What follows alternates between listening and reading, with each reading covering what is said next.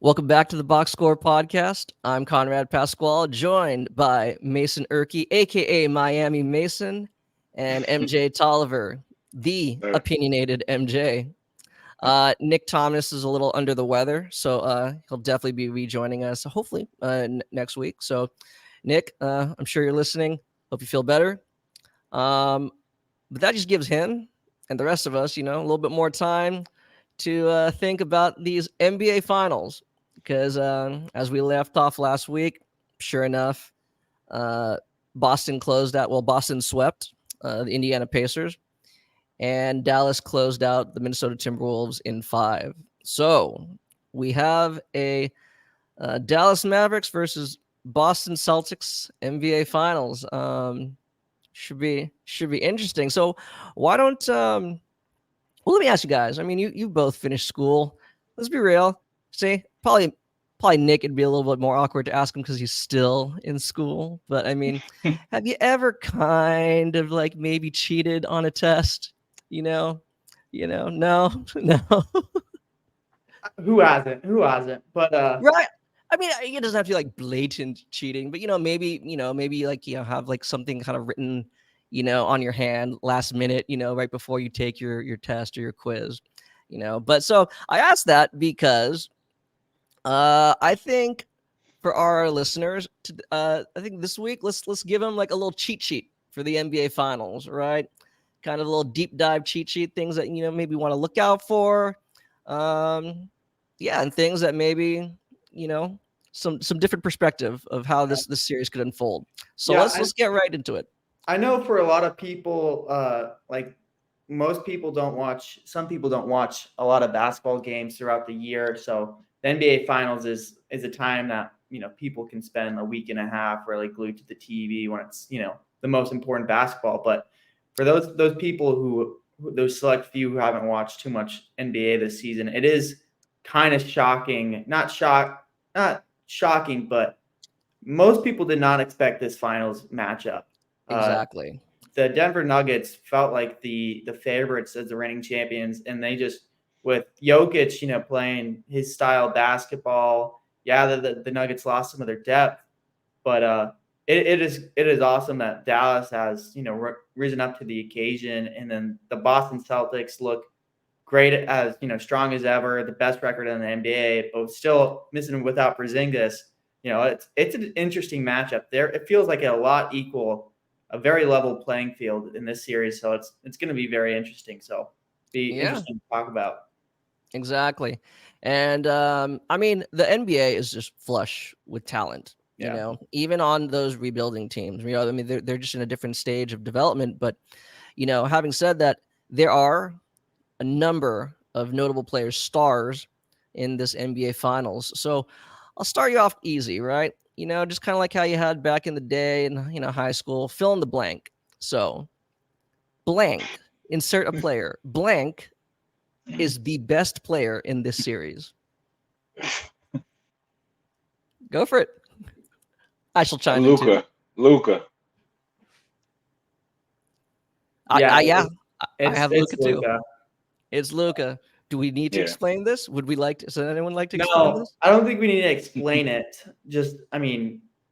I think looking at people's basic stats isn't the best representation of how good they are. But Luca's, just box score stats are just ridiculous. But maybe a better question: how far is the second best player in the series behind him? Ah, look So at that. You skipped over to the next follow-up question because I knew we were all going to say Luca. yeah, So then the more relevant question, or relevant in the terms of how we view this series, in terms of where the focus will be from each team, who is the second best player in this series? Blank is the second best player in this series. And I think we kind of left that off last week as a little cliffhanger. Yeah. yeah, So take it away, guys. Uh, you got something right now, Mason, cooking? yeah. Well, I think it's Tatum, and I would say that Luka Doncic right now is the second best player in the world right now. Just as of today, what we've seen in the postseason this season. I mean, Giannis I think has taken some few steps back. Embiid not being, the postseason guy, it's hurt his case. But I think Jason Tatum is the second best player in this series, and I think he's probably in that 6, 7 range of best player in the world. 5, 6, or 7. So kind of like, kind of flirting with the top 5 player in the world. He's a good, two-way guy. I don't think a lot of people give him credit, like how good he is on the defensive side. I mean, the guy, his size, and he cares about it.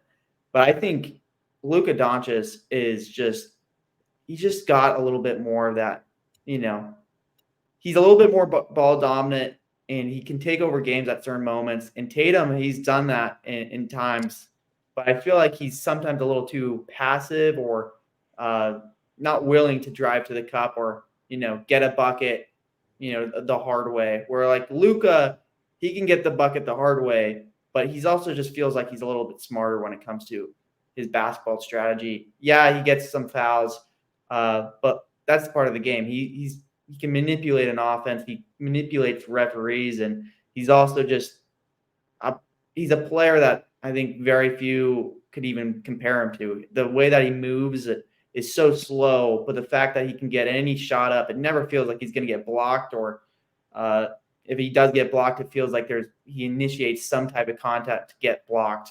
So it's interesting. I feel like Luka Doncic is just one of the smartest basketball players. I think him and like James Harden, are kind of like the closest similarities, but like even prime Harden isn't what Luka is doing right now. He's just on a different level of basketball execution savant to him. That's we haven't seen. Yeah, I mean, to say, I like that you brought up the James Harden comparison, because I agree. I think stylistically, Luka is, like the current, if not even, an elevated version of what Harden did. He's just kind of built upon the template that Harden laid out, like in his MVP years. Because it's interesting, like Luka, especially in this Mavs playoff run, he's always been a very like heliocentric player. I personally I am skeptical that level, of heliocentric ball could win at the highest level, but he seems to have found the perfect balance, right? Probably in large part because of his co-star in Kyrie. I agree. But I think going back to the question, or like the follow-up question, I would also actually pick Tatum as the second best player in the series. I understand, and as we talked about last week, I do believe Jaylen Brown was deserving of the Eastern Conference Finals MVP. But I think that's just how the series unfolded. Maybe that specific series. Not to say that Brown wasn't good in the first 2 rounds, but Tatum is their starting 4. If this was on any other team, he'd probably be like a 3. At one point in his career, he started out as a 2. What I'm saying is he is the biggest defensive mismatch, or right, he poses the biggest mismatch for defenses, which is why I'd still have him as the second best player. But we'll see. Michael? Are you cheating off us, or maybe do you have a different answer? Maybe for fun, I'll have a different answer. And I mean, because it should be Tatum, but I'm looking at it from more like of a two-way perspective, and I would put Jaylen Brown there, but it's a case for Kyrie and Jaylen Brown. You know what I mean? So, it's a case for both of them. Where I would really put Brown there because he's, between those 3, he plays defense. You know what I mean? Like on a high level. You know what I mean? Not saying that Kyrie can't swipe at the ball, that Tatum can't get stops, but Jaylen Brown is, if people are thinking and been discussing, oh, so who's going to guard Kyrie? And they're like, Drew Holiday. And it's like, Drew Holiday, you sure? Like, he won't be able to stop Kyrie. And hold on, Mason. But in theory, if someone said, and I haven't heard them say, put Jaylen Brown on Kyrie, suddenly you're thinking differently, like, oh, damn, his length. And, oh, yeah, he might be able to keep Kyrie from cutting corners on him and stuff like, you know what I mean? Whereas Drew is just, he'll knock him around. But one of those bounce offs is going to be Kyrie getting to where he wants to get to, in my head.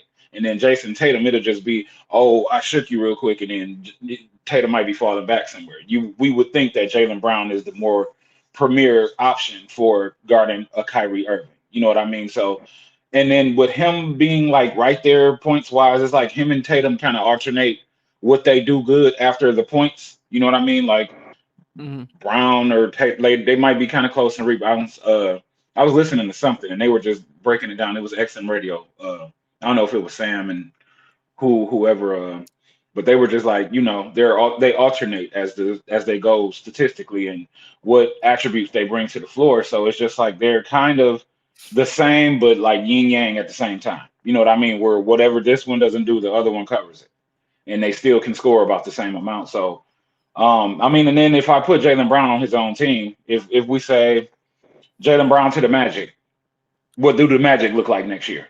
You know what I mean? So I don't know. Go ahead, Mason.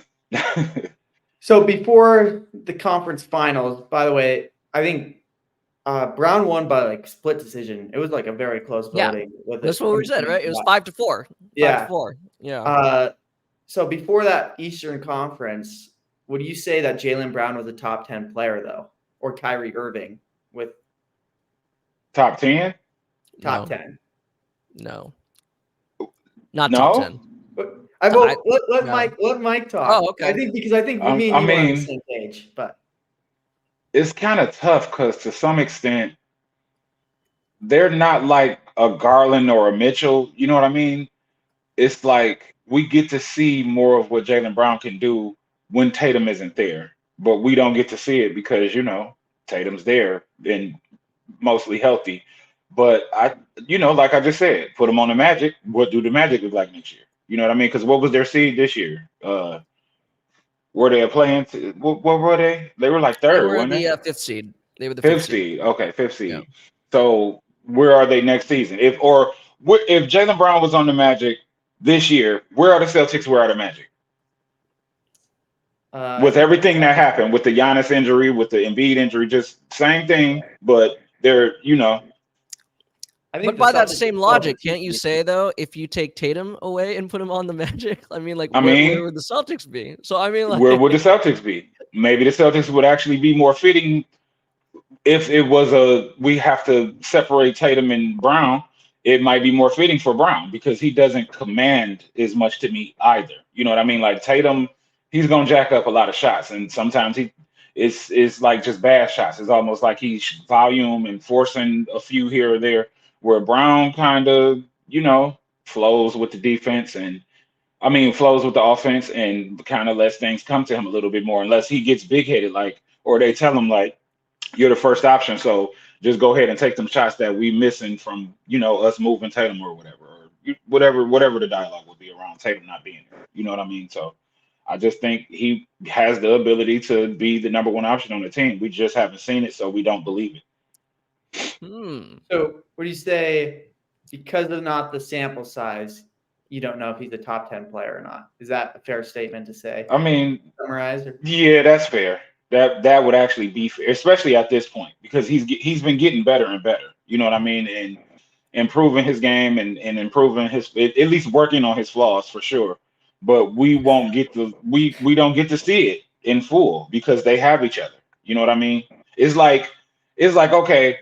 It's like Jordan and Pippen almost, except, okay, so Jordan left, and then Pippen, they make that debate. Oh, well, Pippen still won 55 games without Jordan. Pippen still went to the conference finals without Jordan. They were only a win away, and they could have went to the finals without Jordan. You know what I mean? So, and then people say, oh, well, and then that's when they elevate him and try to pull Jordan down from it. But Pippen was capable. You know what I mean? I don't know if it was the offense. I don't know if it was the fit around him, but it's kind of sort of the same thing. So I guess in comparisons, that's who they are. I guess we look at Tatum as Jordan. We look at Brown as Pippen, except Tatum didn't bring up Brown, but that's another discussion.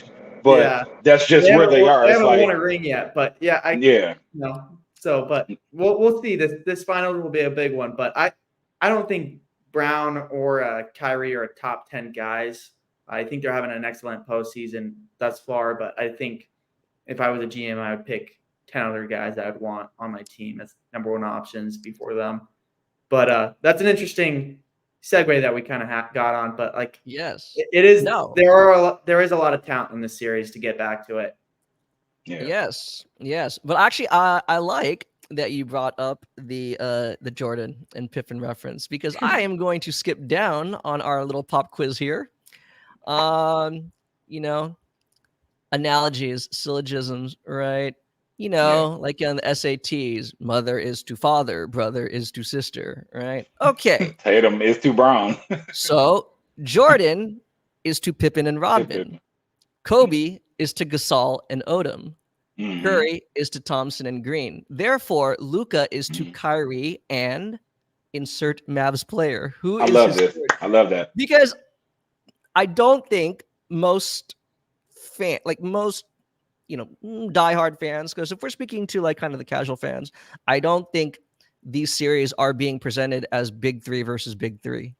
But who then would be then the third? Who would you guys pick as the third? So Luka, Kyrie, and That's an interesting one, because when you think about like the 2011 Mavs, I mean, it was Ooh, kind of the okay. big one. Okay. it was had, like, because even you can't even like Kidd was notable, but he wasn't like prime Jason Kidd anymore, But right? He was you just a had high end. Sean Marion, but like Tyson Chandler, like he was the Yeah. decoy that year, if I'm correct. If he wasn't, he won it the year after in 2012.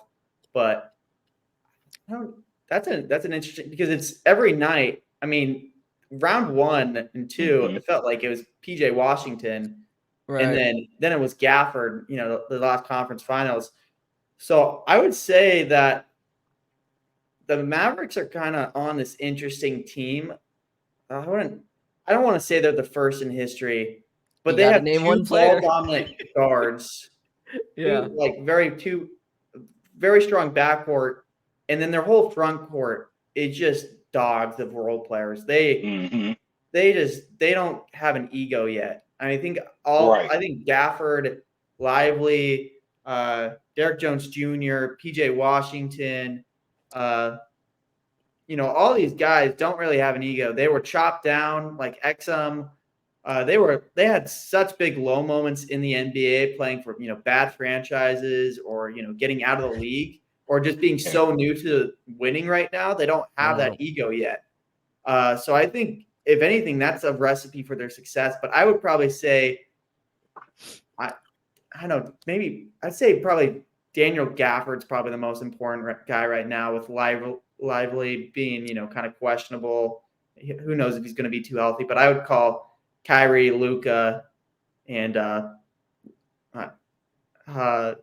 Gafford as the big three right now. But a lot of things Daniel could Gafford. change. But, I mean, Oh. I'll still say PJ Washington. Mm-hmm. I'll still say it's PJ Washington, because, like I said, I mean, this is not a series of big three versus big three. It is duo versus duo, and then Mhm. right, and that's what's interesting, because lately, whether it was Steph, Clay, Durant, or find his current or right, Durant, Harden, Kyrie, Durant, Book. You know what I'm saying? Like this era of big threes. That's not what we're seeing in this finals. But I mean, if I had to, I would advertise it as I think PJ Washington would be the third. Obviously, he is the most animated and extroverted, right? But I mean, they definitely feed on his energy. Not that Gafford or Lila or any of those other guys don't provide like energy, but like I said, PJ Washington is quickly, because he was a deadline acquisition, has quickly become like a vocal leader on that team. And then obviously he has backed it up with some big moments or some big play, more so in the first 2 rounds. But yeah, I think he's a jack, like the quintessential jack of all trades, master of none. He's not elite at any one thing, but you want to say that's like a high end glue guy. That's cool. I don't think I think that's a compliment for him. But he does it and he thrives in that role. So I mean, I would tell people then, okay, then the third musketeer or whatever is PJ Washington. So what about you, Mike? I'm gonna actually go with Derek Lively Derek Lively. because Okay. I like PJ Washington because he's the most, if you had to just like you guys are calling on, pick the third, he's the most consistent, at least when it comes to being able to rely on him on offense, or him to actually show up in certain spots on certain plays, depending on what's being ran, and be open for the three. I mean, usually it's like, oh, PJ Washington, open three, corner, boom, bam, wing, boom. You know what I mean? It's him. It's not Gafford. It's not Lively. But I just feel like Lively's defense, his activity on the boards, his activity at the rim, his ability to get those long rebounds and give them opportunities to get out in transition. It's like the little things, you know what I mean? It's like he's basically like the tall ass junkyard dog / Tyson Chandler type for this team. You know what I mean? And if let's say Lively didn't come back, I think this series is the Mavs and damn, Timberwolves. who did Timberwolves? Timberwolves. I forget. Wake up. I would think that this series will still be going on, because when we seen him, he was doing what? Making it where Gafford and himself can get second chance attempts at blocks on Rudy Gobert. Like Rudy would go up and they're literally up there blocking him. I'm thinking like, damn, like you guys are like giving you guys second chance opportunities on defense. You know what I mean? Usually it's like, oh, an offensive rebound, but no, they're it's like three lines of defense almost with him, Gafford and Derek Jones when they're all in the lineup together, and it's weird, you know what I mean? And it's something I can't say I've seen, at least with who they are. You know what I mean? Like I can think of, like, if I think of the Pistons, it was like Tayshaun Rasheed and Ben Wallace, but they're big names. You know what I mean? Like they're actual. We know what they bring to the table, and it's primarily defense. We don't know them for that. We don't know Lively. We don't know that from him at all. With Gafford, I mean, I've seen a lot of things with him, especially when Russ was in Washington with him. And then with Derek Brown, he's basically the NBA journeyman right now. So you know You what mean I Derek mean? Jones? Like Derek Jones, yeah. Why Yeah. do I've been calling him Brown forever. I don't know why. But yeah, with Derek Nostalgia. Jones, and it's just like I just think without Lively, this series is over. But with Lively, they have a real shot of just making this like, damn, we didn't see this coming.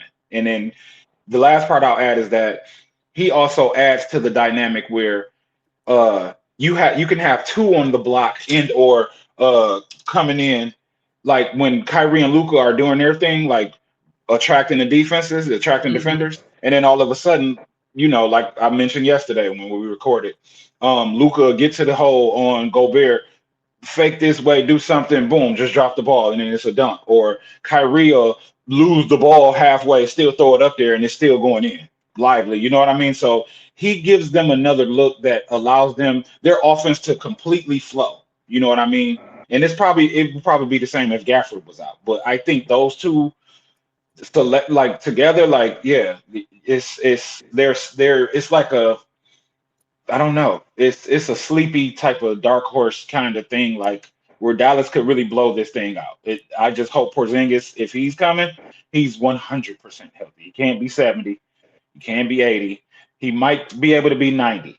But if he's 100%, then it's a problem. But even Yeah. then, if he's the center and you got three lines of defense, but that's where Tatum and Brown, with them being matched up down, on the lower slot, small forward, power forward, it makes it problematic for Dallas. But we'll see, man. I just love life. I love what he brings. Definitely. Definitely.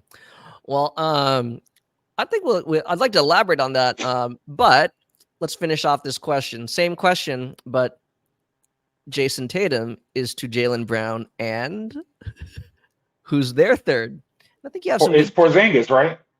It would Is it? be. You tell me. Is Yeah, it? I would. Yeah, because, and I'll keep it short. Everybody that says, like I just said, Porzingis, if Porzingis comes and he's 100%, you would think this is a 5-game series. You know what I mean? Like Celtics are just going to win. Everybody that says if Porzingis is healthy, I mean everybody. Like I listen to NBA radio all day. It's PJ Carlissimo and all types of people calling in and like coaches and stuff like that. And their perspective is if Porzingis is healthy, this looks like a uphill battle for Dallas. Okay. What do you think, Miami Mason? I think The I new can't Eminem. take him seriously sometimes. I think it's Porzingis. I think Derek White though deserves his flowers as well. He has some days that he can be that third guy, and as long with Drew Holiday. I mean, they were both second team all defense, which is it a kind of award that I feel like a lot of people kind of look over sometimes because people don't really remember that when it comes to unless they go back to their Basketball Reference in like 5 years. But Right. those guys are great perimeter defenders, and they can also provide some offense in moments when Brown and Tatum are struggling. But I think it is Porzingis as well. I think just what he does, and he's gonna how he can stretch out the floor with his size and just his perimeter shot making. I think he is the third guy, and there's a reason why they made a huge. They wanted to make him a priority last season to sign him, to trade for him. And I think Porzingis is still the third best player on that Boston Celtics team. Yeah, I mean it's interesting. I've kind of gone back and forth, and perhaps it's because Porzingis has been absent, since the 1st round. But I feel really strongly about Drew Holiday as the third. Because looking back, and then now, like because of that, I started to look back at the regular season. I mean, they're the things that Drew brings that doesn't always that doesn't necessarily show up on the box score, right? I mean, he really, especially at times of some of the areas of weaknesses with Brown and Tatum, is that sometimes they kind of get lost in the game, in the sense that timing, situation, right? They don't really process that as quickly, and therefore it's like you said, right? Like Michael's saying, sometimes you see just kind of Tatum kind of taking bad shots, not just bad looks, but again, given the situation, right? Given the score and everything. Yeah. Drew Holiday is that steadying force. He is, as the, kind of like the extension of the coach, and then on top of that, he is very much front and center, right? On the point of attack, defending, throughout these playoffs, making game changing, if not game winning defensive plays. Right. He's going to be, yes. In general, I think because he's always tasked with that responsibility, for me, I have him as the third. Like he is that part of, if there is a trifecta, he'd have to be part of it. You know what I'm saying? Porzingis to me is like the ceiling raiser, right? And again, not just recency bias. It's just I think there are ways they can still be successful even if he's not 100%. I would say the floor raiser, and it's your fault. Oh, okay. I think he's hot because of what you mentioned. I think he has a more iffy floor, personally, right? Like I think there's more variance. Like he doesn't give you the same consistent floor. That's at least how I see him, right? But he could just elevate the team's performance. I mean, I think it would, however high he raises the floor for me, that's the only amount the ceiling goes up for me. Yeah. Because and it's from you.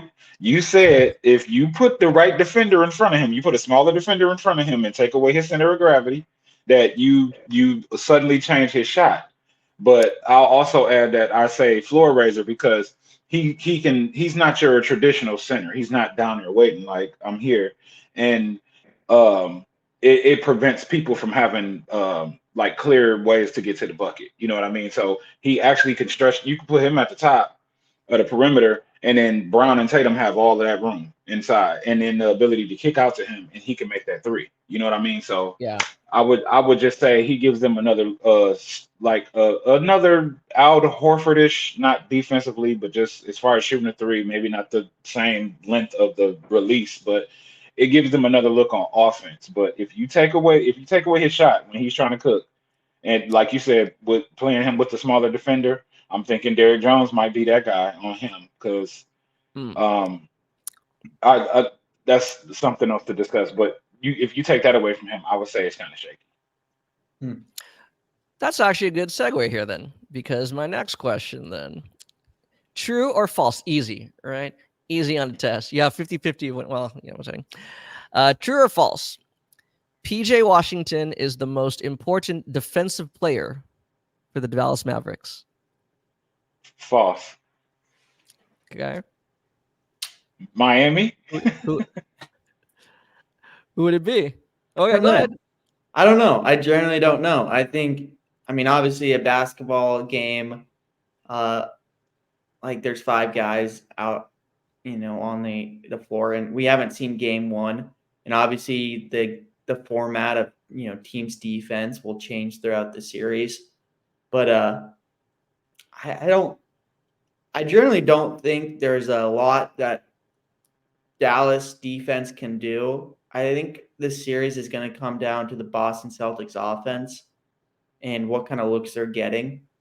But I would say, I don't know, just how tired is Luka and Kyrie going to be burnt out? I mean, I think those guys are probably the best. Or they're probably a little bit more important defensively than PJ Washington, because I believe if PJ Washington is going to have a bad game, I think he's going to be locking down on the defensive side. I think he's just going to do that. He's going to be playing a part of his biggest basketball. But I think Kyrie Irving and Luka Doncic, the reason why they've gotten to the finals in this first place is they've shown that they've been disciplined this whole time. So I would say that Luka and Kyrie have to stay at that same mentality that they've been at this whole postseason. And I'd say that is more critical than having one of their X amount of role players, elevate their game. I would say it's more important that Luka and Kyrie stay elevated on the plane that they're on right now. Luka is like leading the league in steals this postseason, which, steals, obviously there's some, passes that just get, you're just in the right spot at the right time. But I would be shocked if I haven't seen every steal that he's had, but he's definitely contributing to some of I those mean, steals. it is an index at least of activity, right? Yeah. I mean, Mhm. was it there's it's not an advanced stat, but right, like in summer league especially, right? They call it hustle stats, right? And that's not even just steals and blocks, but like deflections, Mhm. loose balls and stuff like that, like how many times you've dived or forced a loose ball. So I mean, that definitely does go to show. I agree with Luka's activity. That's a good answer. That's not I didn't think about it that way. But I would say false. I would say false, not to discredit or downplay anything that PJ Washington's doing. It's just because I think Derrick Jones Jr. is the most important defensive player for the Mavericks, right? The way they've been doing is, I know we're always fixed because our eyes are always fixated on the ball, right? And PJ Washington will likely be on ball a lot, but it's always the Mavs. They always try to do like a late hedge with the intention of then trying to get Derrick Jones Jr. switched on, right? Because he's faster laterally, you know. And then from there, they let Jones choose, right? Like, are you going to switch fully, or are you now just going to be a help defender, right? So, he's given the most autonomy, right, defensively. So for me, I feel like, yeah, his role is the most crucial. But I like that you brought up Luka, because no, I don't think so, Michael. If they do, or when they do put a smaller player on Porzingis, it's not going to be PJ Washington or Derrick Jones Jr. I bet you it's going to be Luka. It's going to be Luka. Yeah. Even Kyrie at times, right? They're going to find ways to get them a Max up. breather on defense, right? Okay. And they're going to ask that they use quickness as opposed to just sheer strength. But in terms of Luka, right, as you saw, like, he does have the strength, That's what made the whole Lou Dort versus Luka matchup, right? Because it was really Right. just, like yeah, sheer brute strength versus brute strength. So, I've but in terms of the overall, like what makes Dallas's defense versatile, I'm gonna say Derrick Jones Jr. I think he's like he needs to be on top of it if for it to all work. So okay. So I have a quick question. sure, We seen what they did with Anthony Edwards. Like correct. they start doubling him. If and I know Boston they're either making their threes or they're missing them, but they're still not the Warriors. If they do that to Tatum, would you think they have better results or worse results? Just you She's, guys could just say yes or no if y'all want to, so we can keep rolling. I mean, I think it's a good follow up question Yeah, to what I was saying because that's the thing, right? Like yeah. it, 'Cause their defense is like mysterious. The Timberwolves made it like they made a decided like their coaching staff made a decision that like anytime, right? If they're going to switch a pick and roll, it's going to be early in the possession, and they had to live with the results, right? Dallas is letting them kind of decide. Like Kidd is letting them decide, right? And that's why I'm saying I think it's kind of important to those guys because they're the ones making like the call on the spot, you know. So it could make it worse for Tatum. Yes, like I think it could. For the Celtics too, as a whole. Yes, because I Okay. still believe that Tatum is the better playmaker, right? Like I personally don't Okay. want Brown having to make like high level passes. What about Like if I'm Drew? that, yes, that's again why I do think he's the third most important guy, right? Because he needs to be. It's the irony, right? Is that the point guard is the release valve for a team, right? I mean, you think of like traditional basketball, setup, right, where the point guard is supposed to kind of be getting everyone in their offense, but not really, right? I mean, he and Derek White, let's be real, they're both point guards, right? They're playing off of Tatum and Brown. Mm-hmm. So, but yeah. Okay. After Mason answered that, I'm gonna start getting ready, but I'm not going anywhere. All right. I'm No, physically going somewhere, but I'll still be here. I might have to reload, but I would agree with Con what everything that he said. I'd say like yeah, I agree with this. But since Michael, you start bringing up good questions about the Celtics, then I got another one if you want one. okay. Well, hey, how about let me ask this one, and then you can piggyback. True or false? Drew Holiday is the most important defensive player for the Boston Celtics. Yes. Okay, it's true. Yeah. That's like clear as Mason? day. I mean, if I say Jaylen Brown, that's obvious. But if Drew isn't there and it's like they got here with Derek White and Peyton Pritchard or something like that, like this series would be a wash. I mean, I think Drew Holiday's resume is a lot stronger than Derek White, but I would also, like I said, with my Dallas thing, basketball is a five man sport, and everyone has to be lifting their weight. I think they're both going to have big moments, but I would say it feels like 1A, 1B with Derek White and Drew Holiday. I think just Derek White is a great defender, and the Mavericks are going to be looking to switch from off of them, and I think they're going to find out that they're very similar when it comes to just being guarded. When Luka and Kyrie are getting guarded by those guys, they're going to find out that they're likely very similar matchups. So I think that's going to be an interesting thing after game one. The Mavericks are going to look back and they're going to realize, they're in the perimeter. Derek White is just as good of a defender as Drew Holiday if they didn't already know that before. So Correct.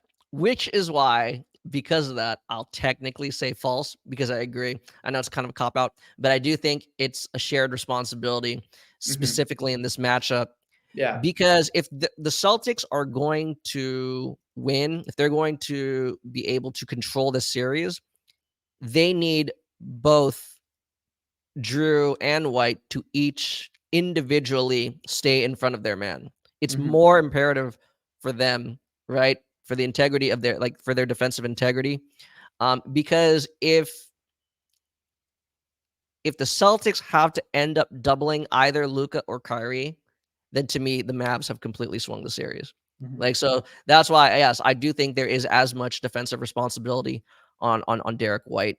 That's why I asked the question, right? Okay, so I have a question. I got a question. Yeah, go for it. Oh, go. Oh, you go first, Mason. No. I was just saying that was a good question. Oh, okay. So, Con, with you saying that, if they have to, they're gonna have to double Luca and Kyrie anyway. So, is this series already swung? I mean, is this series already swung? Really? Because See, but you there's a think they'll be difference. able to single guard them? That has been why so far throughout these playoffs. I mean, of course, the Celtics are just in general very talented, but why are they talented?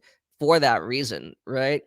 Is that yes, they have been able to contain at the point of attack without the need, right, of a help defender or like some kind of like weak side roamer, right?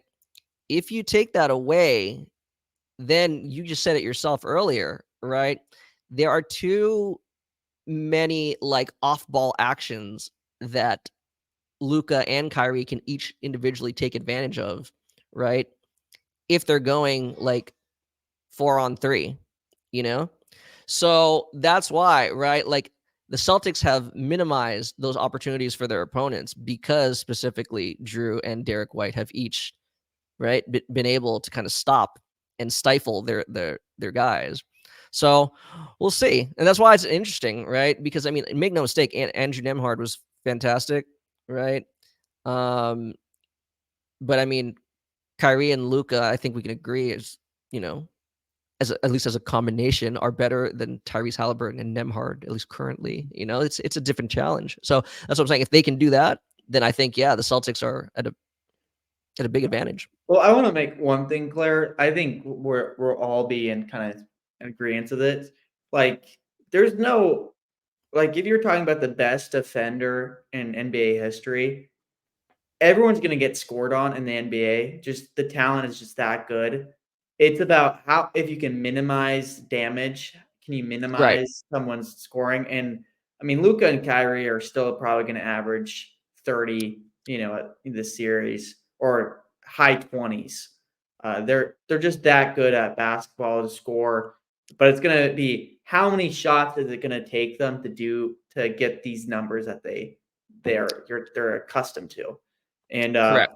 I think Brown and Tatum. I mean, I think Brown and White are good defenders, but I think it's still a collective team thing. And I think we're going to see a lot. We're going to see a lot of changes this series. I think there's going to be a lot of mismatches, and there's just going to be a lot of scoring a lot of times. Both these teams are very reliant on the three ball. The Celtics have, they've shot over 40%, like 43s in half their games, and they're 9-0 this postseason when they made 14 threes. And I think that numbers is going to continue. I mean, this team throughout the regular season, they've lived and died by the three ball. And with Porzingis coming back, if he does come back, maybe his health's not all the way there. I think he'll even become more reliant on the perimeter shot as well. Yeah. So it's going to be an interesting series as well. That the Mavericks, they lead the league in corner threes this postseason. So this series is going to be a three ball fest, and defense might, some casual watcher might be saying, like, I remember the day when we used to play defense in the NBA, and that's when I used to watch the NBA. But I think the NBA is just that talented. I mean, these teams are wired to just get shots up, and it'll be interesting if there even is a minimize of people's shooting percentage going down in the finals. Right. Okay. Let's see. Let's just do this real quick. I was going to gloss over it, but it's kind of interesting now that we've brought up, yes, all these different potential matchups and so, individual matchups. Just we've talked about, the big duos for each team, their potential, third guy. For Dallas, of the guys that we didn't name, right? It's imperative blank has a good series for the Mavs to win.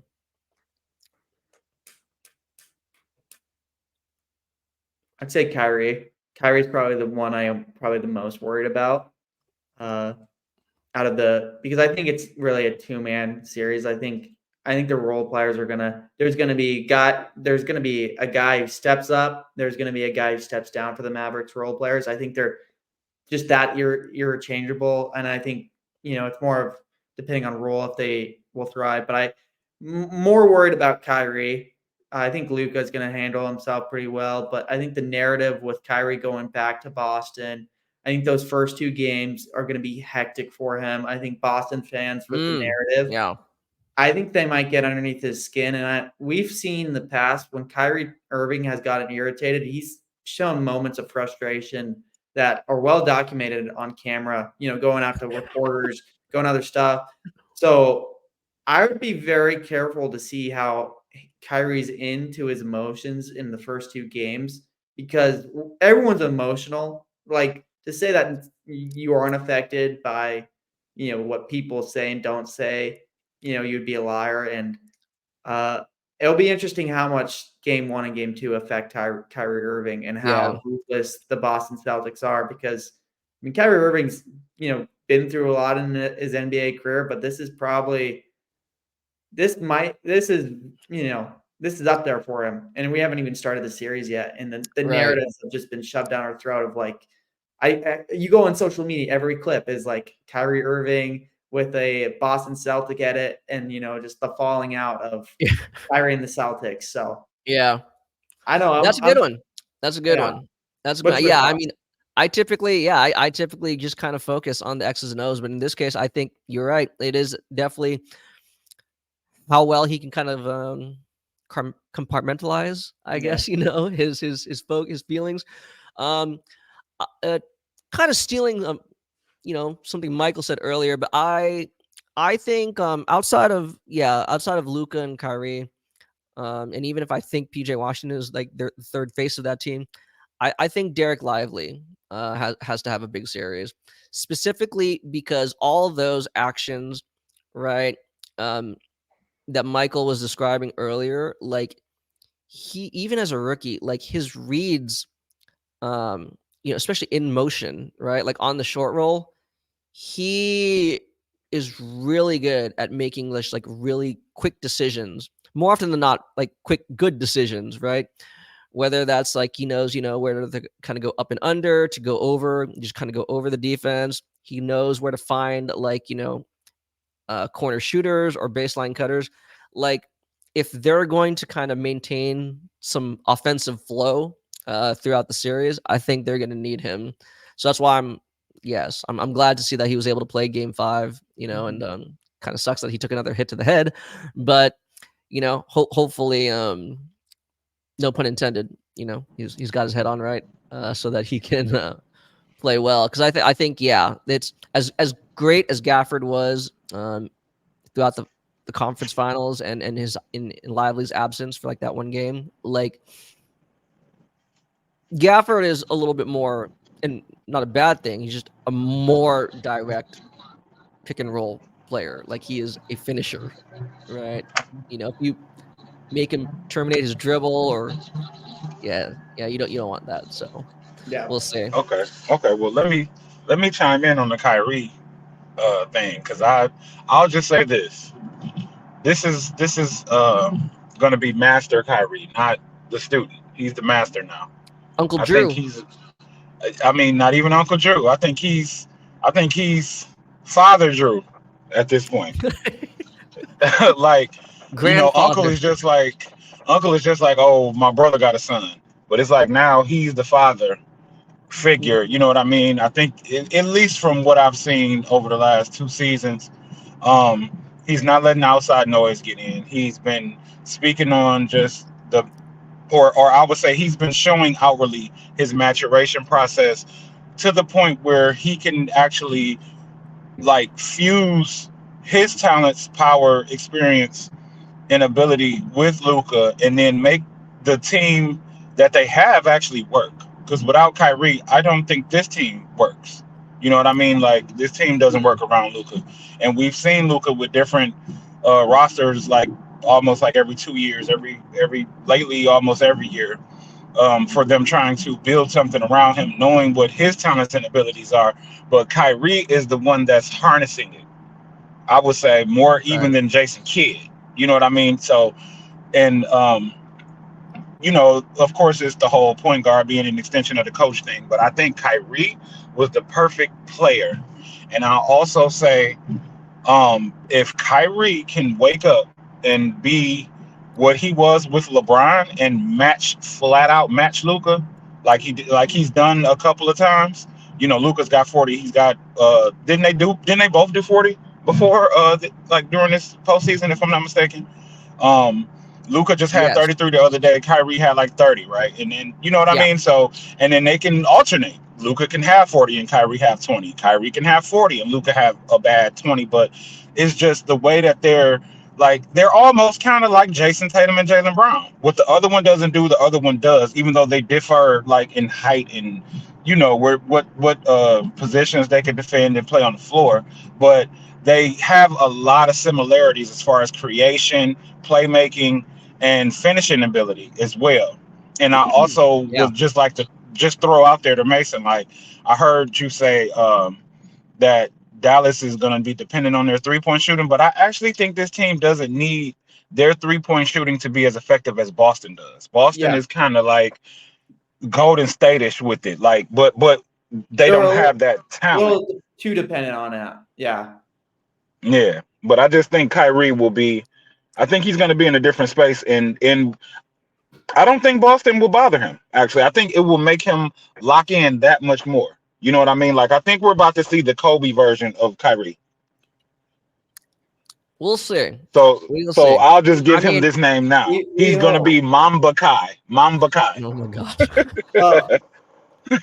Let us not forget, like, you know, those 2000s. I mean, this is coming from a Lakers fan. Like, even Kobe had, you know, got rubbed the wrong way with Boston. You know, Boston is a hectic place to play, and Yeah. this Celtics team is good, and it will be an interesting dynamic to see. Yeah. It will be. Yeah, but It will be. It will be. But I Kobe do didn't agree have with to Mike. play for them. Kobe didn't have to play for them and deal with it over. How long has it been since then? But Like 4 or arguably, 5 wouldn't years? that make it worse for Kyrie then? I mean, I think that's part of what Mason's point is, right? I mean, Yeah, I there's mean, more that fuels their animosity towards him. Yeah. So, but okay, we will finish this with we teased it last week, but I think now kind of flesh it out. Fill in the blanks for me, guys. Blank, insert team, will win the 2024 NBA Finals in blank, insert number, games. Go for it. You want to go for it? I'm interested. Yeah, go for it. Okay, okay. Go ahead. Okay, I think this series is going to be very important on the first game. Like, I hate to say it, but like usually game one, like there is a trend. Whoever wins game one most of the time, I think it's like over 78% like wins the series.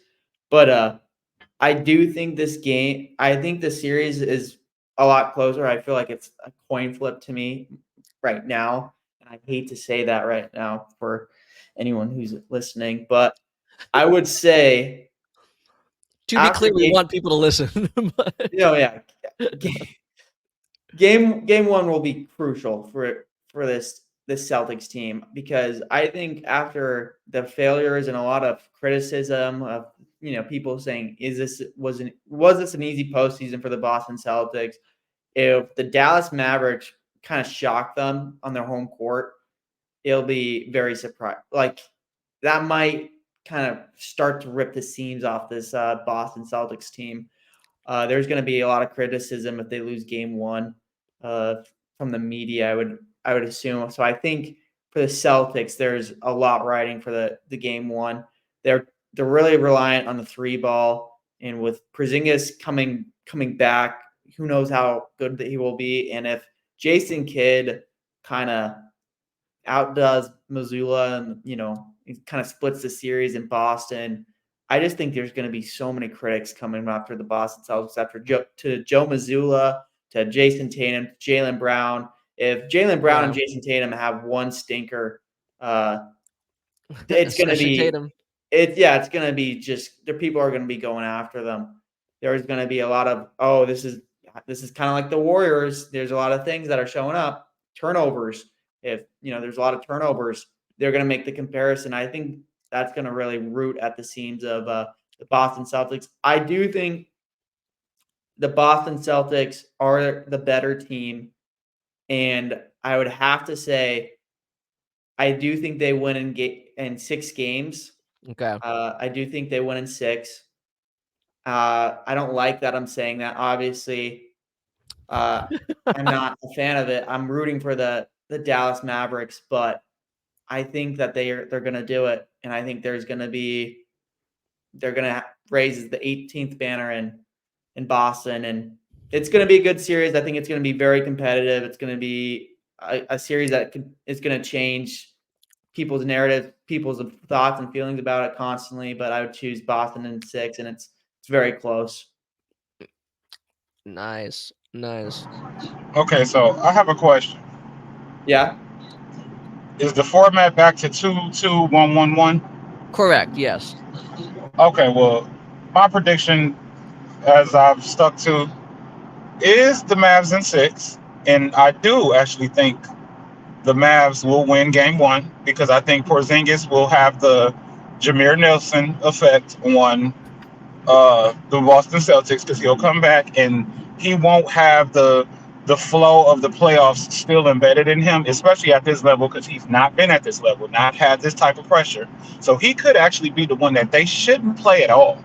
You know what I mean? So I see the Mavs taking Game 1. I see Boston frantically, maybe heavy-handedly taking Game 2. Like, oh no, this is not about to happen. They go back to Dallas.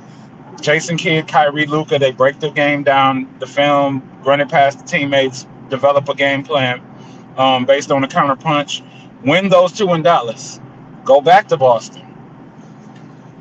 Lose to Boston again, but go back home, win at home, win the championship at home, send Boston back home.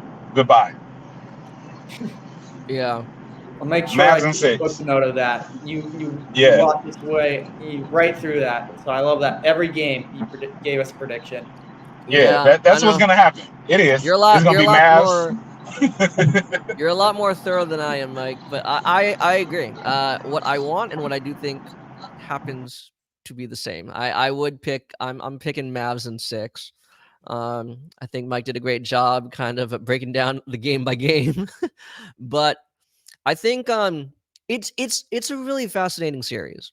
Like I said, I mean, I do think the Mavs will win. I can also see why and how the Celtics would win. So, not to again sit on the fence. It's just it's weird like talking about it because I do agree. I think the Celtics are like the better team. They have the better collection of talent. It's just this specific matchup, the way the Mavs match up against the Celtics, like I feel like they pose a number of problems that I mean, I'm sure the Celtics can adjust, but like not enough, right? Where like I'm not sure that it'll push past them. So yeah, I have the Mavs in 6.